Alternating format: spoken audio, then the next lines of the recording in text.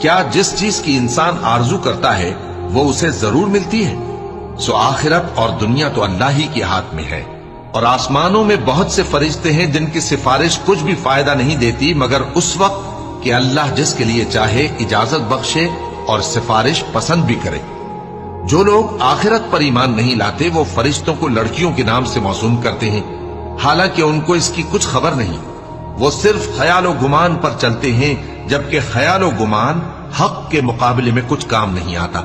تو جو ہماری یاد سے روگردانی کرے اور صرف دنیا ہی کی زندگی کا خواہاں ہو، اس سے تم بھی منہ پھیر لو۔ ان کے علم کی یہی انتہا ہے۔